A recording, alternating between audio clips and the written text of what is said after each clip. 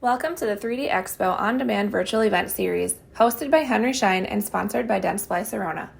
This video serves as part 3 of the 4-part series, which features Dr. Sam Bollwinkel and guest speakers Dr. Greg Manning, private practice owner specializing in sleep apnea treatment, and Doug Fettig, dental CPA and VP of Business Development at Health Professionals Alliance.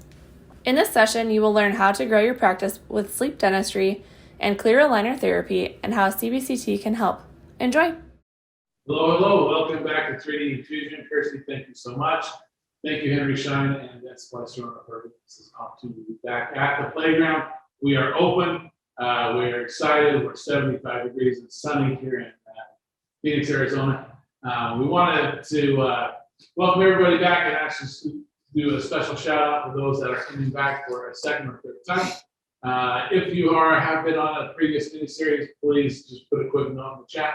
We'd love to give a shout out. I think we had the Dr. Deepak. He's on again. From the Bay Area a couple times already. We said hello to him.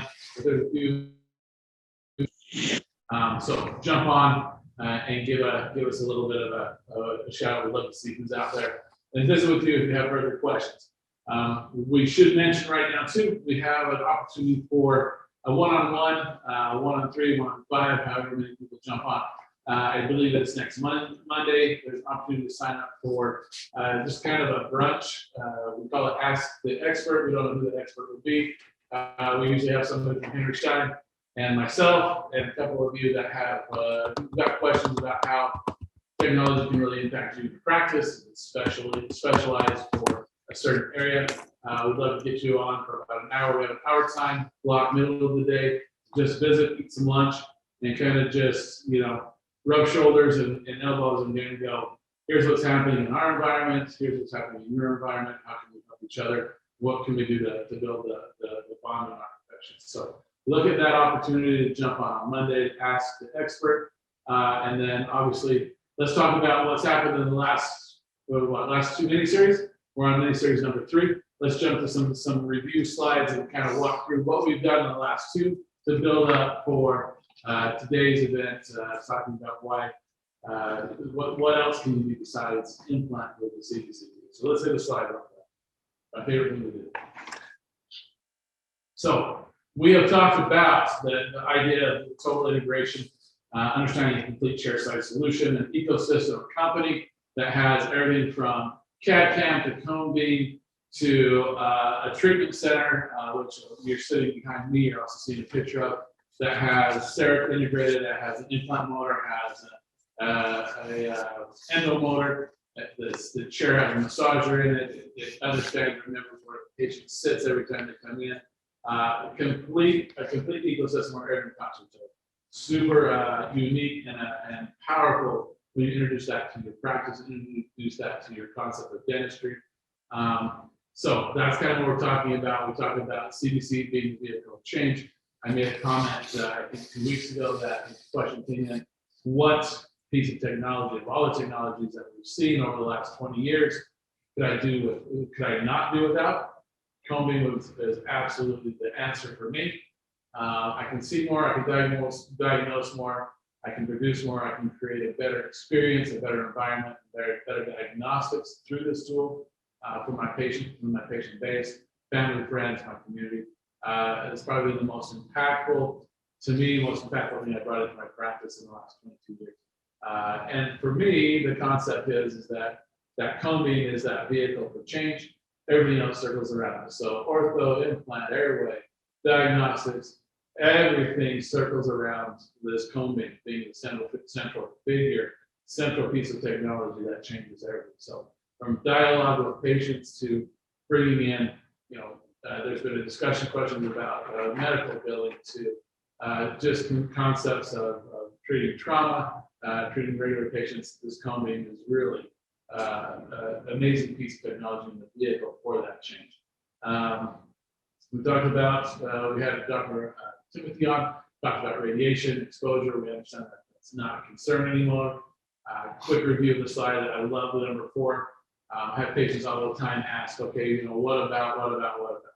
We know with the studies and documentation now, the exposure to this radiation is not significant enough to cause issues with zero incidents.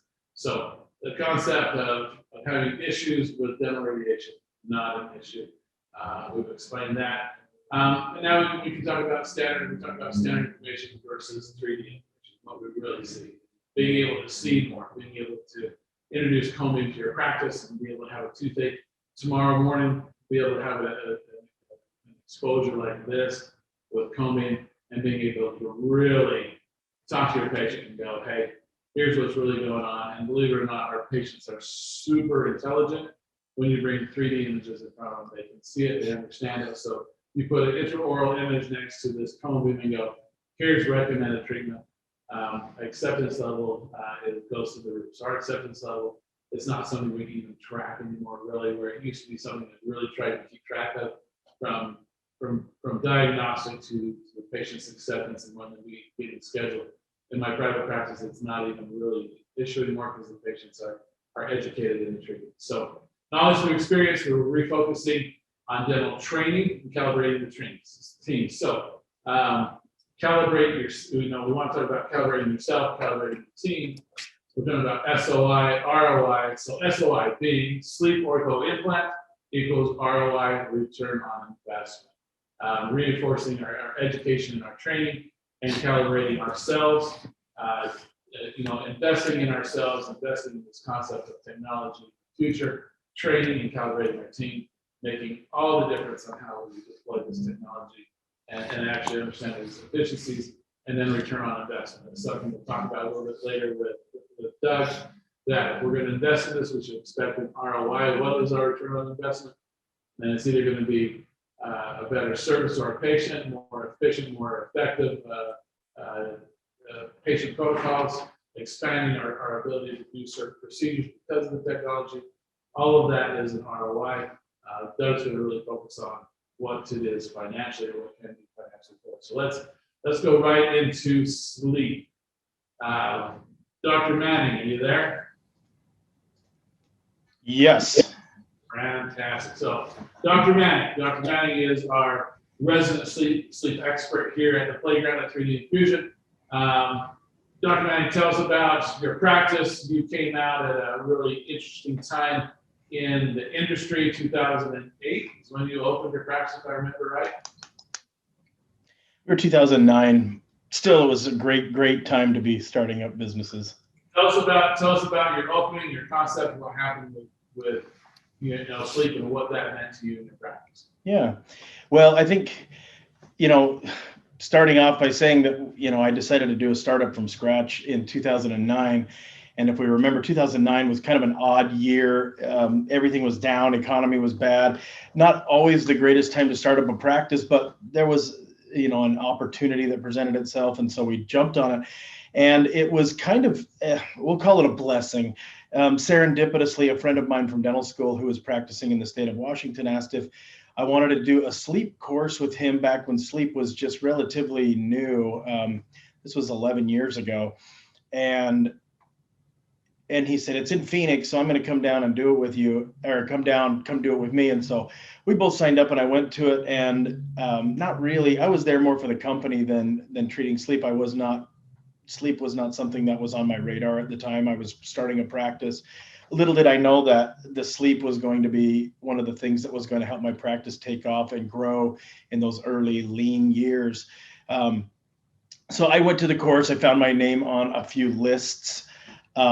After having taken the course, I joined the Academy of Dental Sleep Medicine, and so made it on their list of dentists. And somebody found me almost a year after I'd taken the course, and I told him I didn't know what I was doing, and he had an appliance before, and so I told him, look, I'll do it at my lab cost, but you got to know I don't really know what I'm doing, so you'll have to walk me through. And since he'd already had one, he walked through, and he did really well with it. He owned a transportation company in Michigan. And so he was doing a lot of back and forth, and he just hated when he would forget to take his sleep appliance between Arizona and Michigan. And so he wanted to have one in the other location, and that's what we ended up doing. As a result of that, sleep became kind of a big deal in the transportation world, where people needed their CDLs and they needed to be able to prove that they were sleeping well. And for those that didn't tolerate their CPAP machine, long story short, he kind of pumped a bunch of patients at me kind of in the beginning of my practice. And I look back and it was maybe quite possibly the only thing that kept my practice open, because it was bringing in, at the time it was bringing in an extra, $7,000 to $15,000 a month back, in 2010, 2011. And while the dentistry was really lean because we were just doing a startup, we were kind of looking around for things to do and people to call. And so at the end of the day, it ended up being kind of a nice setup for us, because we used sleep as a springboard for revenue, and it's never really changed. We've had months that we do a lot, and we've had months where we don't do a lot, but having sleep in my practice, not only did it help me get my practice off the ground initially, it also has been a great part of my practice all throughout. We've even got to the point where we've started doing medical billing associated with sleep, which you don't have to do. In fact, I don't even recommend it necessarily, but the evolution for us has been kind of nice. So in my practice, sleep kind of found me, and I'm really glad it did, because I don't know that I'd still be here with a successful technology-driven practice if we hadn't had a lot of that in the early days. And so when it comes to any other practice, the one thing that I can tell you about sleep is that sleep is not something that is going to take an exorbitant amount of your time in your practice. There's a lot of people that would say, that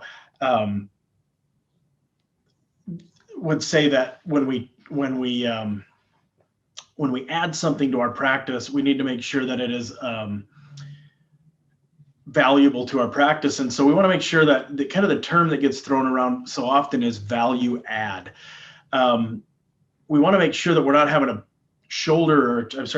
table something in order to add something in. And, you would hate to think, hey, I'm doing sleep now, so I can't do implants, or I'm doing sleep, so I can't do clear aligners, or, I would love to say I'm doing sleep so I don't have to do class 2 fillings, but it hasn't gotten to that point yet. But the thing about sleep is, when we incorporate it using the technology pieces that we're talking about, it can become a nice side revenue that takes very, very little time away from the normal practice. It just becomes sort of this side piece of the practice that brings in a pretty decent revenue every month. When we first started doing some of these a long time ago, Dr. Bollwinkel asked, when I was getting ready to teach a course and we were trying to decide on when we were going to offer the course and how we were going to offer the course, he said, would you come to see your own sleep course? And I said, well, knowing what I know now about sleep, I'd go to any sleep course. I would just make sure that I was getting myself in a sleep course because of the value that it's added to my practice. So we can talk a little bit more later. And I know that we'll jump in a little bit later to talk a little bit more specifically about sleep. But as far as what it can do for your practice, it truly is kind of one of those things now where we could say sky's the limit. It is a field within dentistry that's pretty ripe right now, ready to be taking off. I know there's a lot of people that are in the game already, but for what it could be, we're just sort of scratching the surface. And so I'll let these guys jump back in. I'll have Dr. Bollwinkel jump back in. But as far as helping out a practice, not only did it get me on my feet, but it's been a mainstay in my practice for a long time. And the more courses we've taught and the more people we've met, the more we're seeing so many people using it as a nice boon and an adjunct to their practice.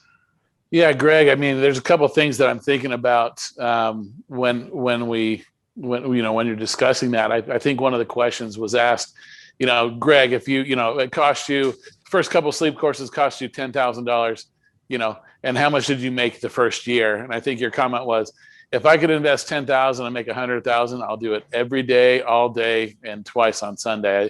I think that was just a real powerful piece to me back. That was 4 or 5 years ago when we were having that discussion, because so many times I look at training or education as a cost, and I'm trying to minimize my cost because that's mentally where we're supposed to be at is minimizing cost, rather than how do I invest? And if I'm investing, then I want an ROI. If I'm playing the stocks, I want to know that I'm growing and doing something. If I'm investing in Bitcoin, if I'm buying something right now, I want to know what my return is going to be. I want to know what's happening there. And I think mentally in our profession, we get caught in this cost, and we're not deliberate about our investment. Kind of like your background. I see a very deliberate placement of a couple of items. We won't get into the discussion of it, but I know even Doug's got a little bit of a, So Greg, I threw out a question too, following up on what Sam's asking. I gave you the respect you deserved to my question. I said Dr. Manning, but anyway, the overall impact that sleep has had in your practice, if, for example, has it increased production by 10%, 5%? Can you big picture that for us? Sure. And I mean, I know every dentist, so I think you're supposed to, whatever dentists say is probably fabricated as a lie by at least 20%. So take it with a grain of salt. At least. No, I would say over the last, on our build for the first 5 or 6 years, everything was year-over-year growth. And, I run out of 2-3 operatories. I have 3 hygienists. We're level. We've been level for a few years. We'll vary a little bit month to month, have good months, bad months. But, if I was going to say averages, we're just a good average practice. We do $1.5 million a year in gross revenues. And I would say out of that, sleep now is probably 300 to 350 a year in that. And that is sleep and medical billing, which the two for us have gone pretty hand in hand. So you're pushing 10% basically. Yeah, I mean, that's just it. When I look at it now, I think, man, if I didn't do sleep, what would I be, what would I be sacrificing, and what would the practice be like? And to go back to kind of that point Sam was talking about, when you're saying would I pay $10,000 for a course? Well, heavens, yes, I would if I knew it was going to get me, $200,000-$300,000 a year, or 10% of my gross revenue. The other thing that was, I kind of found interesting in my head, and just when Sam was talking, it kind of reminded me, is I was due for license renewal last year, and so I had to submit my continuing education hours last year. And I was talking with another friend of mine and one of my hygienists who were also submitting theirs for renewal last year, and talking about the CE credits that they had to take, and what a burden that had been to them, to take these CE credits. And so I asked what CE courses had they taken, and they had gone to a couple of what do we call them, the shows and events, and just popped into some of the classes along the way. And that was great, but no real calculated, how am I going to make my practice better CE events. And when I look at my CE events over the last little while, a big part of them has been Sure Smile Clear orthodontics. A big part of it has been sleep, and a big part of it has been implants. And using the technology and leveraging the technology that I have, that's been a big thing for me. And to where the CE did not look like money and time that I had to pay out, and this big waste that I had to do to get my license renewed. It was what I was able to do to grow my practice and increase my skill set, and eventually production associated with that. So, it is a little bit of a mind shift when you start talking about ROI. And I know Doug's going to talk about that from a QuickBooks and a numbers standpoint. And it's worth mentioning that ROI also comes in the form of education, and in the form of incorporation of technology, and how those two can benefit your practice, almost like the investment that we have to make into ourselves, not just into the technology. So at that point, I feel like it had to have been like the greatest segue ever, when we start talking about ROI. I would say up front, we need to invest in ourselves and the education that it takes to do these. I mean, everybody would love to do an extra $200,000 or $300,000 in sleep in their practice, but there's an investment associated with that, no doubt about it. You made a comment. I was going to say, Sam, you made a comment last time, Greg. You can't get the R without the I. You can't get the return without the investment, which just sums it up beautifully. Yeah. Well, and I think one of the things that's been bouncing around in my mind, Greg, is we understand your beginning, 2008, 2009, 2010, and being a new dentist. I think about new dentists right now coming out in this COVID, or post-COVID, state.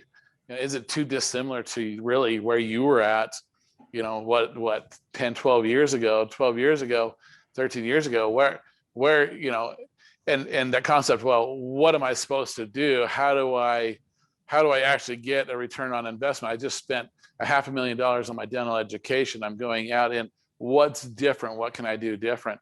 I can't think of a single modality or concept that is more, what would be the term, resilient to changes in economy and a society than technology.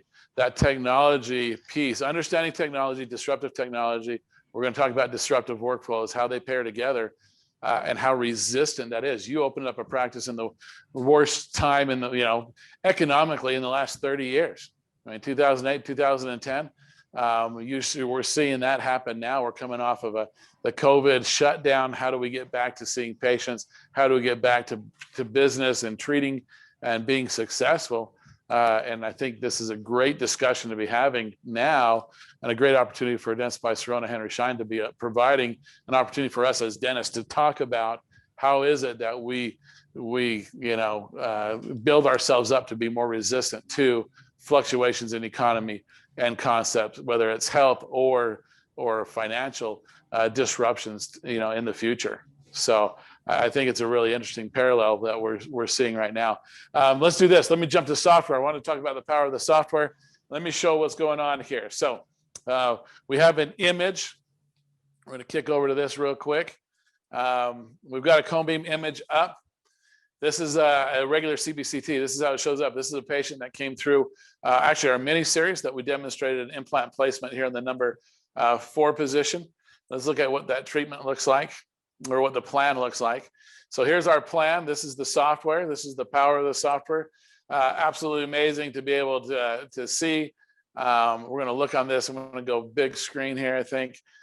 We've got a piece of old endo that is failed and left in there post-extraction. This is a mature site. So we have a place, a spot to place an implant up real close to the sinus. Question is, do you do a sinus lift? Is there enough bone? Our implant placement plan was a 4.2x9. So this is a 9mm implant. And I put that there and go, hey, this is super close. It's right at the floor of the sinus. How, the question is how accurate really is that? What can we really expect from this software, from doing a CEREC guide, milling out a CEREC guide in my office, taking to surgery and doing a 10-minute implant? I believe this implant reminded me, I think it was 5 minutes and 40 seconds to place, give or take. So it's well within our 10-minute implant rule as we talk about 10-minute implants in the general practice. And let's go back to this image. I think this is cool. So let's talk about the rest of the story. If you didn't have a chance to see this, here is the rest of the story. So that's our implant placement, exactly as planned. Predictable, time after time after time, and precise. And we've had this discussion multiple times. Speed is great. We love speed. We love to be fast. We love to be efficient. Accuracy is final. Once that implant's in place and set and integrated, it's final. It's there. So the speed's great. Accuracy is final. If we compare those together, that is what we're talking about with disruptive workflows and understanding the power of the technology, investing in yourself, calibrating your team. Now, what's interesting about this is now we have a cone beam, and I think most of us looking at cone beam, if we don't have cone beam already, we're really looking at its application in implantology and bringing it in. Either we're going to introduce implants to our practice, or we're doing implants, and we realize that the standard of care now dictates that we have a cone beam of some sort. We have a cone beam, we reviewed it, and we're placing an implant. Many of you may be doing that and still placing it freehand. You'll notice that this one was through a guide. We tissue punched, did our osteotomy, placed the implant in and out, no sutures. Our post-op sensitivity to our patients is like 0. Many of them, in a case like this, may not even take Advil or Tylenol. Literally, the patients think you are a rock star.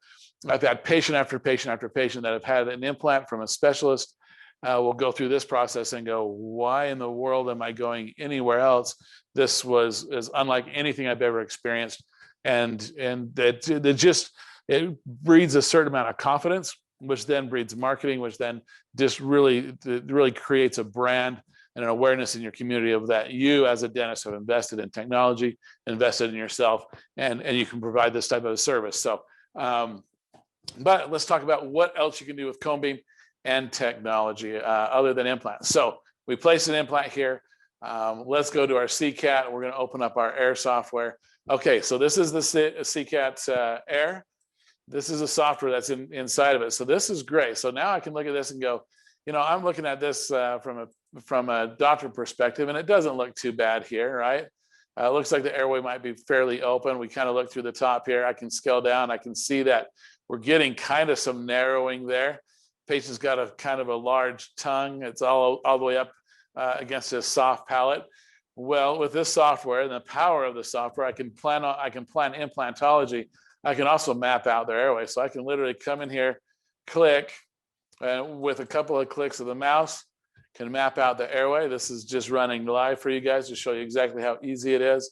Click OK.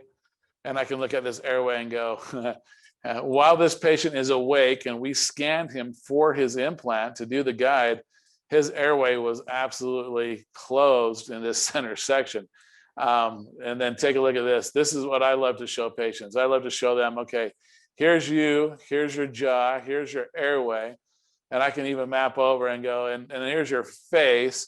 So here's you as a patient. And this blows their mind because I can come in and look at them from behind. I can look at them from on top and go, with you awake, literally, and taking this scan, your airway is completely closed. So what do you think is happening when you're asleep, relaxed, and your jaw falls back to the back of your throat and it collapses that airway? Great discussion, great power of the software. From here, I can walk through a program of just pushing a couple buttons. Matter of fact, I think we've got that demonstrated. I'm going to kick you back to our slide and show you what that looks like real quick. So power of the software, we've got the driving new revenue streams. So being able to have the software maybe for diagnostics or implantology. We're going to talk ortho and airway. So airway, we're talking about sleep or airway. We can really map through. It's what we just did. We can take multiples. We're going to take our our CAD cam and take our scans and import that over the top of our DICOM file with our cone beam, and literally all digital. And guess what? I don't do any of this. This is literally a workflow that my team does. I'm going to have Dr. Manning talk about that a little bit too, because that's where we're talking about investing in your team. But my team does this. Literally, they map it out. They push send. I'm going to go back to that slide real quick. So from here, we're going to add to you down in the lower right corner. Literally, they've clicked the button a couple of times. They're going to hit add to cart. This goes out to the lab. So completely digital workflow, hits the lab. 10 days later, I get this device. This is a CCAT Air device for mandibular advancement. Super sleek, super cool. Patients compliance, I think we're probably 95% compliant with the patients I've done this treatment with. There are other sleep devices that have maybe a little bit more material to them. Obviously CPAPs, and I think Dr. Manning can address that too. When we talk about bringing a solution to the table rather than technology. Dr. Manning, when we talk about solution versus technology, technology is great. You were doing air and sleep prior to a cone beam being in your practice or really being popular. When you introduced a cone beam to your practice and added it to your sleep solution, tell us about what that did to your practice. Tell me about your team. Tell me about training and calibration of yourself and your team and what that meant to the rest of your practice and your patients. Well, it's interesting because I don't know that we ever started doing any more sleep when we started introducing technology. One of the things that was very nice is we were able to start using digitally imaged appliances, much more comfortable appliance when they're milled. They can mill those out of harder materials. The other thing is to be able to have these discussions that you were just talking about with patients. They can see themselves. They know that this thing just spun around their head and neck. They're looking at themselves. They start to grasp the reality of it a little bit more. So while it didn't necessarily increase our volume of patients, and maybe it has, because we fluctuate that way, the patients that we're seeing are definitely saying yes more often. They're accepting the treatment more often. They're also going large on me. they also start to understand a little bit more when they see these kind of things, the importance of it. But really, above all, to be able to do these digital workflows, it brings a lot of legitimacy to what you're doing. It shows the patients that you care enough to invest in this kind of stuff. And then at this point, I take a time out. And let me just tell you, the other thing is that it really goes a long way with my team. My team loves being able to do digital workflow because they get to look cool. They get to do these kind of things.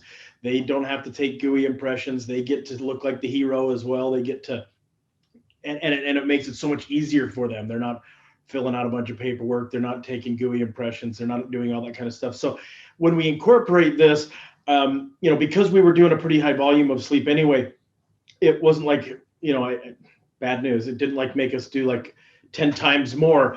But what we were doing was more streamlined, more easily communicated, and our appliances are fitting and are just so much better now that we're doing these digitally milled appliances. No, I love it. It's kind of that concept. You were COVID cool before COVID was, cool.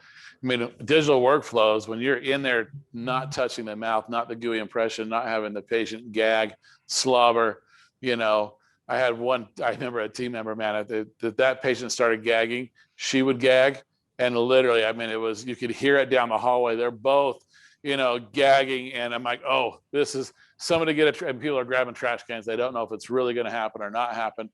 I mean, it's just, now all you hear is the little noise, the tinkle noise of the CEREC going in the background.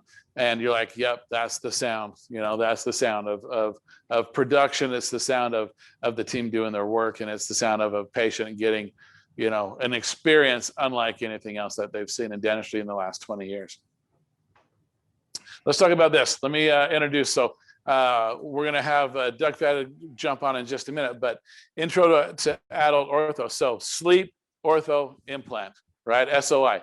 Let's talk about ortho. We've already done the implant. So we kind of work in reverse. SOI, we started with the implant. We've got sleep. Now let's talk ortho. I've had an orthodontist in my practice for a few years prior to 2018. He moved on and started his practice.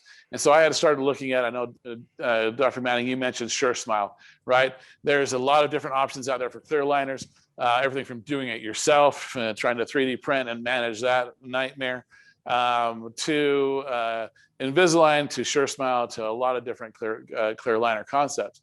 I didn't know quite what I wanted to do with it.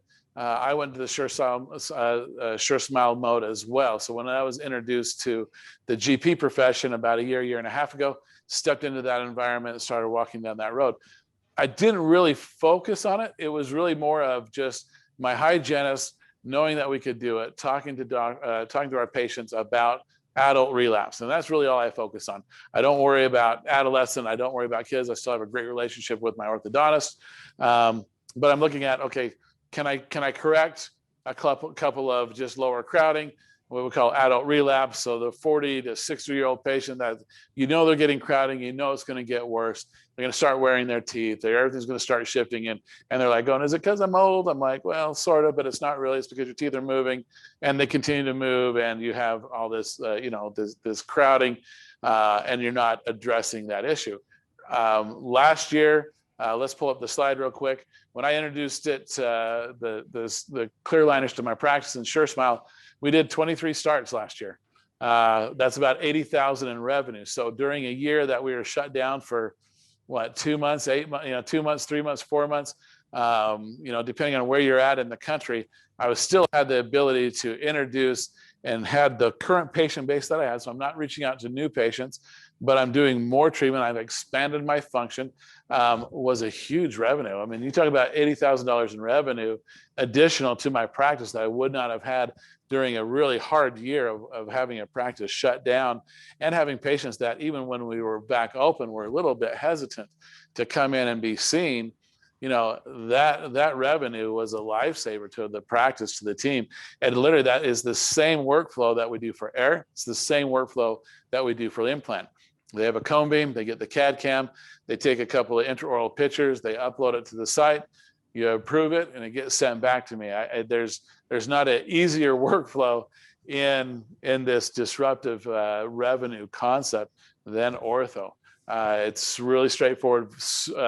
The acceptance rate from our patients is great. So amazing opportunity to add revenue. So I like a comment that Dr. Manning mentioned that ROI, return on investment, doesn't always have to be financial, right?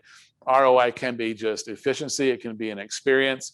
It's offering something different to our patients. It's having that aha moment where we're doing more work or interacting. I love stepping into a patient that's getting ortho, kind of kidding around with them and acting like an orthodontist and not really doing any work, because it's just really all teamed going. And I feel like a rock star. Hey, how you doing? Give them high fives, disrupt my team member. They're in the middle of trying to get something done, and they're like, I've got this and this to do, and I disrupt it. Hold on, hey, how you doing? High five. It's great. I keep that relationship, maintain it. It's super impactful to me and my experience at the office all day long, to be able to add ortho and airway, and then really get, when it's time for me to shine and be on stage, implant that's predictable, efficient, and accurate. It's changed my practice. It's changed my concept. It's changed my direction in dentistry. So, Doug, talk to me about the power block. Talk to me about increased revenue. Review with us. If you were on our mini series to start with, we talked about that exercise of we purchased. Now let's prove ourselves why that was a great decision or whether it was a bad decision. So we bought it. We remind us what that advantage of is as a CEO, and then what does that mean by adding revenue? So first of all, I'm excited about the 19th coming up, Sam. That's going to be awesome. And when I do the talks in person, I like to let the people know, congratulations, you've all just been promoted to the CEO of your business, which is exactly what you are. And one of my favorite phrases is that you cannot cost cut your way to prosperity. And so technology is really the driving force that is going to help you improve your practice and increase production. And if I talk to someone like Dr. Manning, so Greg, can you imagine if you practiced exactly the same way 10 years ago, if you haven't changed a single thing in your practice in 10 years and you practice exactly the same way now as you did 10 years ago? I mean, think about that. And so take it the other direction. Think about can you imagine 10 years from now, if you were practicing the exact same way that you're practicing today? That means no new technology, no innovation. It's incomprehensible, correct? So go ahead. Yeah, no, I was just gonna back you up. I look at what I was doing 10 years ago, and Dr. Bollwinkel probably the same thing before some of this tech became way more mainstream. And man, if I had to go back and do that again, just awful. Yep. But thinking that I would be stagnant right here while it's a good spot today, I got to think that there's great things on the horizon as well. Yeah. And so when I talk to dentists, I like to get them to change their mindset around debt. Because for a lot of people, they're debt phobic. But in reality, as the CEO of a business, there's good debt and there's bad debt. And the difference is the interest rate. If you can get low interest debt, any smart CEO in the world is going to grab that low interest money, invest it in their business, and get a better return through increased production, increased profits. It's really just business 101. So if someone's offering you a great financing deal, and Schein has incredible deals where you can sometimes get 0% for the first 12 months. You can get a low interest rate of 5 or 6% or whatever it is. If you can take that and you can generate a greater return, that's really what it's all about. So here's a spoiler alert. If your CPA ever tells you that you shouldn't invest in this or that because it's not in the budget, you may be working with the wrong CPA, because what your CPA should be saying is, okay, let's do the math. If you spend X dollars on technology, what is the return going to be versus what is the monthly cost? Okay, what's the return on investment? That's the question they should be asking. They shouldn't just be saying it's not in the budget. That means they're looking backwards in time. So let me give you an example. Let's say you buy $100,000 worth of digital equipment. And just for argument's sake, let's say you You're going to pay it back for 5 years at a 6% interest rate. Your monthly payment is going to be less than $2,000 a month. Okay, it gets better, but just hang on. So $2,000 a month. That power block that Sam put up, was that 1 or 2 hours? I can't remember. It might have been whatever, 1 or 2 hours of work. That was $10,000 in production for that one power block on that 1 day per month. Right there, Sam's bringing in $10,000 in increased production. That payment, that monthly payment for that $100,000 worth of technology is $2,000 a month. Was that 1 or 2 hours, Sam, for that power block? Yeah, that's 2 hours. Okay. And that's with, for me, again, it's going back to that solution. When I was introduced to technology, they just sold me a piece of tech. Sure. And it actually that disruption was a true disruption. It disrupted my ability to be efficient. And so I had to go back to my dealer and go, okay, guys, what I really need to do is I'm doing 70 crown units a month. I want to mill my own guys. I want to step into this environment. Give me a solution, which is, multiple pieces of technology. And when I started to do that is when this power block really started to come to fruition. I'm like, okay, I can see three with this technology. I can see 3 patients in 2 hours. I can do $10,000 production, and then I can take the rest of the day, and actually be pretty easy and doing a couple little different things, and really spending some time with the hygiene and really spending time with my patients, because that's my value. That's my value time. That's my production time. And my team is lit up. Everybody's queued. And when I say team, I mean technology. If I've got 2 or 3 mill units, I'm really flexing that technology, flexing that concept to be productive. So by the way, it gets even better, because there's this beautiful thing called Section 179 and called depreciation. And as the CEO of a business, this is your best friend. So remember, all depreciation is you buy a piece of equipment, a piece of technology. The government lets you take the value of that Put and that slide back up. income that you're reporting to the IRS. So if you buy $100,000 worth of equipment and you're in a combined 40% tax break and you depreciate, take that all in depreciation in the year you buy it, you basically just slash the cost of that product from 100,000 to 60,000. And if you think about it in terms of your monthly payments, you just covered the first 20 out of your 60 months of payments through the cash flow benefit of depreciation. So now you've increased your production, right? You've paid for the first 20 months of your monthly payments. So you have that revenue and that income coming in without even any impact of making the payments because of the benefit of depreciation. So when you factor that in, increased production, better patient care, and the benefit of depreciation, it hopefully has you look at the investment in technology in a different way than you would otherwise. Does that make sense? Yeah, it makes sense to me. I mean, I'm curious with those that are on the webinar tonight. We really want to interact. If you guys have questions about what Doug's talking about, what Dr. Manning or myself talking about, throw a question up on their chat. The chat's active. We'd love to address those questions. Again, if you want to go to a more one-on-one personal piece, that would be on Monday. Sign up for the Ask the Expert. But Doug, yeah, that makes sense. And if we're saving money by investing in technology, and then I'm adding revenue, I mean, literally, as a CEO, if I can understand investing in technology, and I can map out a strategy of adding in 30% of revenue increase to my practice, what does that mean? What's the average practice in revenue increase expectation for a good practice? So what should we be looking at? The expectation is 30% revenue increase. That's with technology, but without technology, just the normal everyday practitioner going down the road, what do we normally see? I mean, what should we see in a practice? Well, if you're not leveraging technology, really the only way to increase production is to work longer, is right. To work more, and so that's not the most desirable solution, especially as a dentist gets a little bit older and it takes a toll on your body. So when I talk to dentists, Sam, and they're kind of plateaued, and they're looking they don't know why, they don't know what to change. I tell them, well, if you keep doing the things you've been doing for the last 10 years without changing, how do you expect to get different results? And by the way, you touched on this, Sam. I will tell everybody listening, I can give you a little secret on how I can guarantee you that your purchase of technology will fail.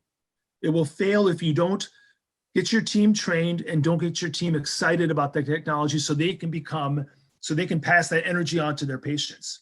If you don't train your team and you hang your smock on that new piece of equipment, that's how you will fail. Yeah, we see that time and time again. And I've seen doctors that have a cone beam. They've taken 2 scans in a year. They'll come into 3D Infusion and get their team trained and calibrated. And you talk to them later, and then literally they're blowing up my phone with pictures, with images, with cases. They're taking now 3, 5, 10 images a day, that they're open. And they're working better, they're working more efficient, they're more productive. The value really comes in. How do the question comes back to then, how do you grow your practice? Let me jump back and spotlight the main screen real quick. Kirsty, if you'll pop that over.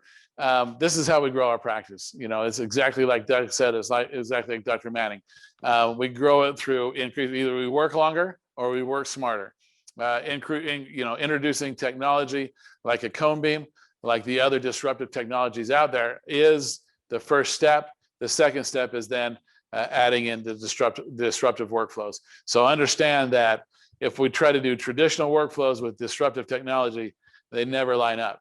When we get trained and calibrated and we have disruptive workflows that match the disruptive technology, that's when we really see that value increase, that value add, that increased revenue rather than revenue replacement. And we really see growth in our practices. So practice growth really is determined by doing more in less time, right? More efficient. We do more in less time. When I can do this in one visit, hour and a half visit instead of multiple visits, I'm more productive.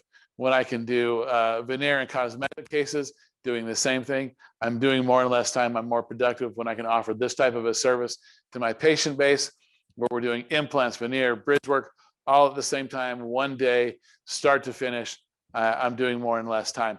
That's where we're at with 3D Infusion. That's where we're at in our I think in our progress in technology, understanding that we now have friends in the community. We have an opportunity, like with Dr. Manning, to come and get really introduced to sleep, and understand that we've got 13 years of experience in a practice that's successful in sleep. Okay, how do I take that to my practice? Why would I want to go through the same pains that Dr. Manning has gone through? Have him tell me, okay, here's how it works now. Here's how you incorporate it into your practice. Here's how you eliminate all the roadblocks, all the pain that he went through. He's a great resource to understand sleep. Ortho implant, it's all about the ROI. And so we invite you to see for yourself. March 19th, we have the virtual live Expo. This is going to be by invitation. It's a limited seating and limited availability. We will have you streaming live from your practice to 3D Infusion.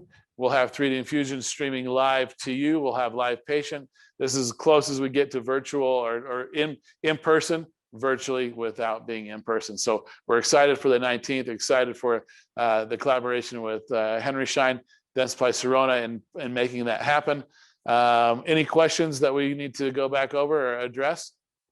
We got a pretty silent group. We must be covering all of the hot topics. Dr. Manning and Doug, let me go back to gallery view.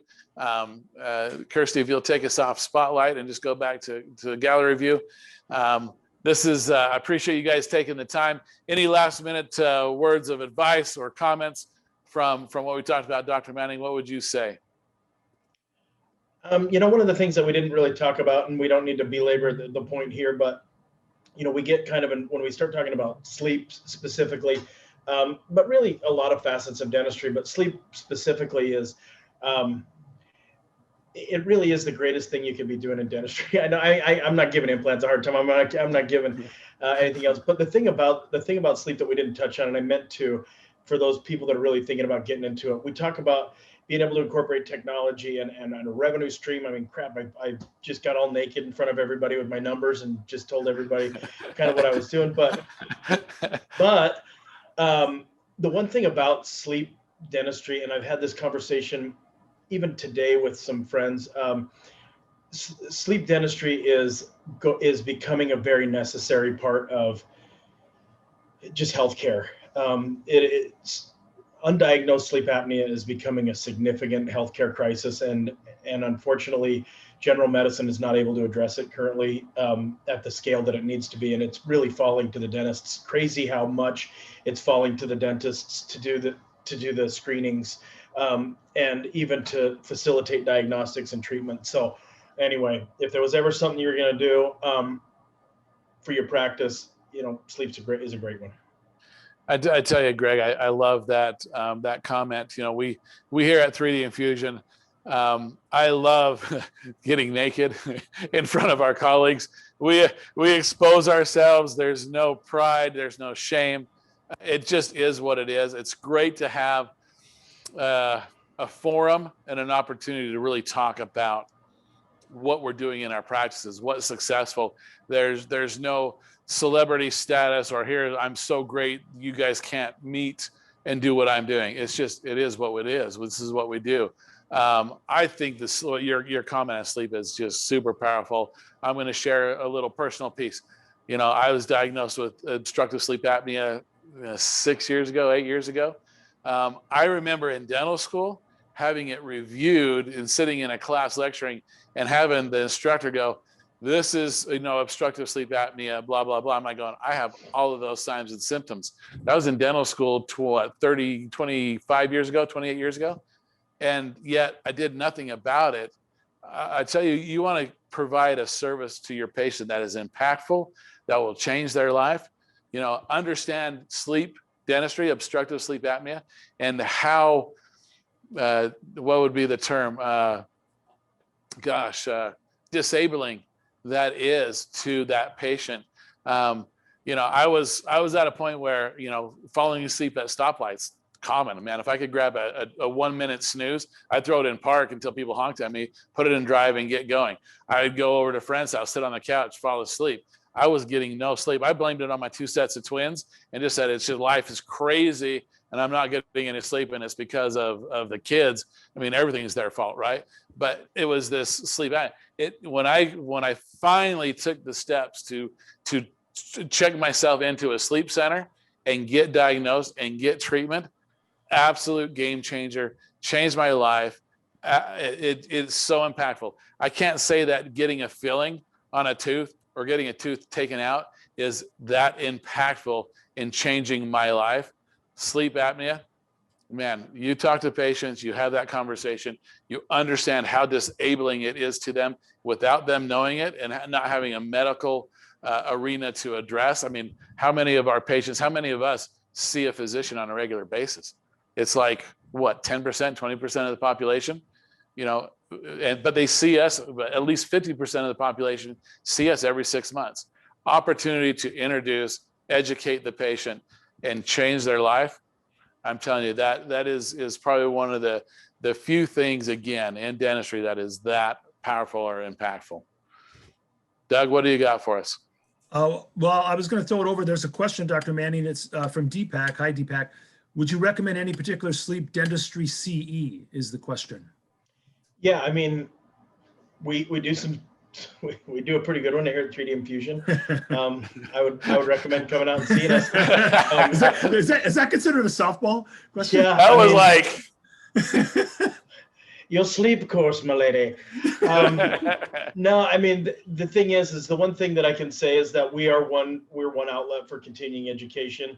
And in the sleep realm, we're a great jump off point. The one nice thing about sleep is that there's constant learning. I went to a sleep course not long ago, and it was like I'd never even talked sleep before. They were really getting into things that I hadn't really ever looked at or talked about, and I've been doing it for 11 years. So, basic baby steps at first, obviously, there's a time to jump into the deep end of the pool, and sleep dentistry may not be that one. You kind of want to start with some basic training courses, and we do offer some of that at 3D Infusion. Yeah, there's some academies out there too that offer CE courses. Some of those academies are more study club style. They're going to expect that you come in with a base level knowledge. So you'll probably want to grab a base level course, which we offer. Yeah, I was going to say, jump on to 3dinfusiondental.com, super easy. We should have a queue up, or maybe we'll put that in the chat and answer. 3dinfusiondental.com. Click the link below. Yeah, click the link below. I don't even have a sign. I don't even the dental nachos. Pull up the signing. I don't even have that. It's totally this is us raw. We're live. We're not recorded. We're not polished. But 3dinfusiondental.com. I think April 23rd, 24th is our next sleep course. It's with Dr. Manning, Dr. Brandis. We've got the smart sleep solution being brought to us and just showing us how to get into this initially.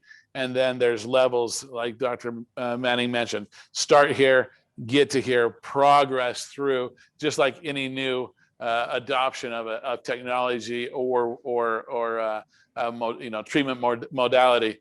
You're not going to go to an implant course and then jump into knocking a patient out, taking a hip bone, doing another fracture 3, and placing zygomatic implants.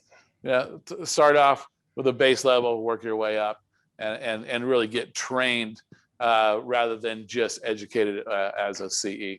And I think that's where we really shine here at 3D Infusion, and Dr. Manning does an amazing job. So I'll give that plug for you. Dr. Manning, if you won't, he does an amazing job. He'll have you in stitches. You're laughing the whole time. You don't even realize you're being educated. But it's a great opportunity to be here and bring your team. A huge important piece of that integration into your practice. Perfect. Any other questions? Doug, any final words? My final thought, I'm going to forget about the numbers, is like, has technology made you and Dr. Manning, has it made practice more enjoyable? I mean, big picture. No doubt about it. No doubt. Absolutely. Had a patient today. I love this because it just is so impactful. I mean, literally today, tooth number 7 fractured off at the gum line, was able to go in, atraumatically extract it, do a guided implant into an immediate extraction site, torqued at 40. So I was able to then mill out an immediate temporary, screw it in. The patient walked out with a tooth after, it absolutely has changed my life. And we always talk about the patient. Oh, it's such it's a patient experience, and it is. My life, my practice, me as a dentist. Unbelievable. It's changed thought, concept, direction. You talk about how sore we are. We never talk about, literally in our profession, we never talk about the weight of dentistry on our bodies and how, from compressed vertebrae to, numb legs to carpal tunnel to, complete hunchback. I mean, we never talk about that. Man, when technology's been when I introduced technology in my practice, I literally just felt a weight come off of me because I'm not into my elbows for 30 minutes, 45 minutes, an hour and a half constantly, like I was when I came out of dental school in the first 10, 12 years of my practice. It's now done, it's more efficient, it's better, the patient's a better experience, and I'm not worn out, drugged out, and it doesn't feel like I've gone, I'll throw a Manning reference. I haven't gone 12 rounds with Mike Tyson. If anybody remembers Mike Tyson back in the day, I guess it would be, who would be the equivalent? Floyd Mayweather, MMA. Conor McGregor. Yeah. Going down and getting ground and pound all day long. So, yeah, thanks for that's a great point, Doug. Love it. This concludes the end of part 3 of the 3D Expo On Demand series. If you have any questions about what you've learned, please reach out to your Henry Schein representative. If you are interested, this event series continues with part 4 titled Dentistry Through the 3D Lens and What Tomorrow Looks Like. To watch part 4, please visit henryscheindigital.com/3dexpo to register.